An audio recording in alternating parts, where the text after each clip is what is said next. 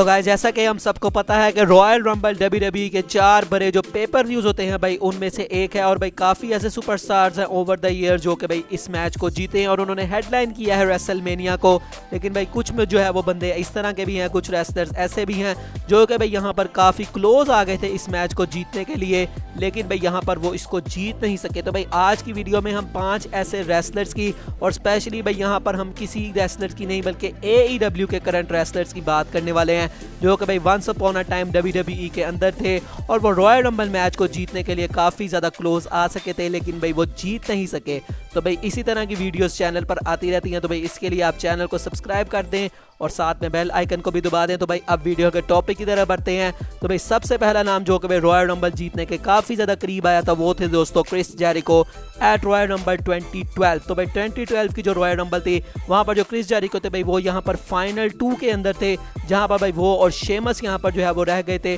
और भाई शेमस ने फाइनली उनको जो ब्रोक किक होती है वो यहाँ पर मारी थी और शेमस भाई उस वक्त उनका स्टॉक काफ़ी ज़्यादा हाई चल रहा था और क्रिस जेरिको ने भाई काफ़ी देर इस मैच में सर्वाइव किया था। तो भाई यहाँ पर 40+ मिनट उन्होंने यहाँ पर सर्वाइव किया था, लेकिन भाई फाइनली यहाँ पर जो हमारे शेमस हैं उन्होंने यहाँ पर उनको जो है वो ड्रॉप किक लगाई थी और इस तरह से उस मैच को वो जीत गए थे। और फिर रेसलमेनिया में उन्होंने डैनियल ब्रायन को चैलेंज किया था जो कि भाई वो 8 से 10 सेकंड में उस मैच को भी जीत गए थे। तो भाई शेमस का स्टॉक काफ़ी ज़्यादा हाई था, तो इस वजह से भाई जो WWE है उन्होंने यहाँ पर शेमस को ये विक्ट्री दी और जो क्रिस जेरिको है भाई वो फाइनल 2 में आके भी इस मैच को जीत नहीं सके। अगले नाम की दोस्तों हम बात करते हैं तो वो है दोस्तों Christian Cage at Royal Rumble 2021। तो भाई रॉयल रंबल जो 2021 था वहाँ पर हमने देखा था कि भाई एज और जो हमारे रैंडी ऑर्टन है उन्होंने इस मैच को स्टार्ट किया था और जो फाइनल 4 सुपरस्टार्स थे जो कि इस मैच में रह गए थे वो तो दोस्तों Edge, Randy Orton, Christian Cage and Seth Rollins. और यहाँ पर भाई जो सेथ रॉलिंस है उन्होंने क्रिस्टियन केज के जो ड्रीम्स थे रेसलमेनिया को मेन इवेंट करने थे वो यहाँ पर तोड़ दिए और उन्होंने भाई यहाँ पर उनको एलिमिनेट कर दिया और इस तरह से भाई सेथ रॉलिंस खुद भी बाद में एलिमिनेट हो गए और भाई एज जो है वो इस मैच को जीते। तो भाई क्रिस्टियन केज भी अपने करियर में इस तरह से कभी भी भाई इतने करीब नहीं आए किसी भी रॉयल रंबल मैच में, लेकिन भाई जो 2021 का रॉयल रंबल था वहाँ पर वो काफ़ी ज़्यादा यहाँ पर करीब थे कि वो भाई फाइनली अपनी जो ड्रीम है रेसलमेनिया को मेन इवेंट करने की वो यहाँ पर पूरी कर ले, लेकिन भाई सेथ रॉलिंस ने उनकी इस ड्रीम को जो है वो तोड़ दिया। तो भाई क्रिस्टियन केज भी ऐसे सुपरस्टार हैं जो कि भाई WWE में रॉयल रंबल जीतने के काफ़ी ज़्यादा करीब थे। अगले नाम की तरफ बढ़ते हैं तो वो है दोस्तों यहाँ पर big show at Royal rumble 2015। तो 2015 की दोस्तों जो रॉयल रंबल थी वहाँ पर जो अथॉरिटी थी भाई उन्होंने यहाँ पर काफ़ी ज़्यादा यहाँ पर डोमिनेट किया था और जो हमारे बिग शो और केन है भाई उन्होंने यहाँ पर काफ़ी ज़्यादा लोगों को जो है वो एलिमिनेट किया था इस मैच से और भाई कंप्लीट उन्होंने यहाँ पर अपनी डोमिनेंस जो है वो दिखाई थी। अब होता क्या है दोस्तों फाइनल 4 यहाँ पर जो सुपरस्टार रह जाते हैं भाई वो तो यहाँ पर बिग शो, केन, रूसेव और उसके बाद रोमन रेंज। तो भाई ये जो सारे ये दोनों जो बंदे थे भाई केन और साथ में बिग शो, इन लोगों ने भाई काफ़ी ज़्यादा सुपरस्टार्स को यहाँ पर एलिमिनेट कर दिया हुआ था और उसके बाद जब जो हमारे मतलब रूसेव है भाई वो तो यहाँ पर मैच से किसी तरह से बाहर होते हैं, रिंग से बाहर होते हैं और रिंग में भाई यहाँ पर रोमन रेंज होते हैं और पहले तो इनके दरमियान सारी चीज़ें जो है वो स्मूथ चल रही थी केन और बिग शो के दरमियान, लेकिन भाई जब रोमन रेंज की बारी आती है तो भाई यहाँ पर वो दोनों आपस में ही जो है वो लड़ने लग जाते हैं। और उसके बाद दोस्तों यहाँ पर हमने द रॉक का रिटर्न भी देखा था। भाई द रॉक यहाँ पर आए थे और भाई उनकी मदद से यहाँ पर जो रोमन रेंज हैं उन्होंने केन और बिग शो दोनों को यहाँ पर एलिमिनेट कर दिया था और इस तरह से भाई जो बिग शो हैं वो यहाँ पर 4 सुपरस्टार्स में से ऐसे थे मतलब टॉप 4 में थे जो कि इस मैच को जीत सकते थे। और उसके अलावा अगर बात करें तो भाई इसी मैच से सेम मैच से रूसेव भी भाई वो बंदे थे जो कि भाई फाइनल 2 में आए थे और जो यहाँ पर कमेंटेटर थे भाई वो यहाँ पर माइकल कोल जो है वो काफ़ी हैरान थे कि भाई जो रूसेव है भाई वो अभी भी मैच में और उन्होंने इस तरह की हाइप क्रिएट करने की कोशिश की थी कि शायद भाई जो रोमन रेंज है उसने बिग शो और केन से तो जान चुरा ली, लेकिन भाई उसको पता ही नहीं कि जो रूसेव है वो भी इस मैच में है और रूसेव शायद यहाँ पर जीत जाए। लेकिन भाई यहाँ पर जो रोमन रेंज है उन्होंने रूसेव को भी एलिमिनेट कर दिया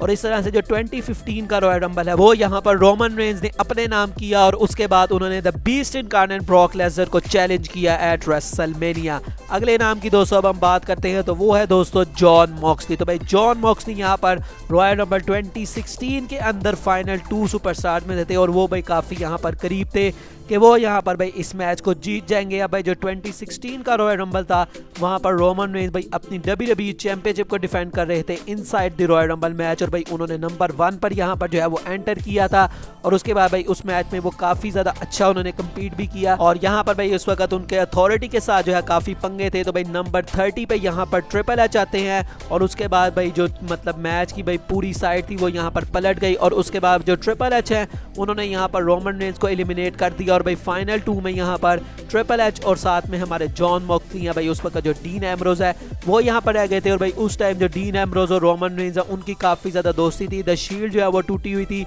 और उसके बाद भाई इन दोनों की दोस्ती जो है वो काफ़ी ज़्यादा थी। तो यहाँ पर भाई जो फैंस है वो काफ़ी ज़्यादा बैक कर रहे थे डीन एम्ब्रोज को कि भाई रोमन रेंज तो नहीं जीत सका, लेकिन भाई अगर उसका दोस्त भी जीत जाता है तो भाई हम लोग इसमें जो है वो काफ़ी ज़्यादा खुश होंगे और खुशी खुशी जो है वो फैन यहाँ पर चले जाएंगे। लेकिन भाई इस तरह का यहाँ पर कुछ होता नहीं है। एम्ब्रोज यहाँ पर काफ़ी करीब तो आते हैं, लेकिन भाई यहाँ पर जो ट्रिपल एच है वो यहाँ पर उनको भाई एलिमिनेट कर देते हैं और नए जो है वो WWE चैंपियन बन जाते हैं और आगे जाके भाई वो रोमन रेंज से रेसलमेनिया में जो है वो लड़ते हैं। तो इस तरह से भाई जो जॉन मॉक्सली हैं वो भी अपने करियर में काफ़ी करीब आए थे कि वो एक रॉयल रंबल मैच जो है वो जीत सके और अपनी जो रेसलमेनिया है उसको मेन इवेंट कर सके, जो कि भाई वो कभी नहीं कर पाए। फाइनल नेम की दोस्तों अब हम बात करते हैं तो वो है यहाँ पर CM पंक। तो भाई रॉयल रंबल 2014 जो कि CM पंक की लास्ट रॉयल रंबल थी, तो यहाँ पर भाई जो CM पंक है उनका उस वक्त जो स्टॉक है भाई वो काफ़ी ज़्यादा हाई था, फैंस उनको काफ़ी ज़्यादा पसंद कर रहे थे और इस वजह से भाई वो यहाँ पर फाइनल 4 सुपरस्टार्स में भी आ गए थे जो कि भाई इस मैच को जीत सकते थे। और यहाँ पर जो 4 बंदे थे वो थे रोमन रेंज,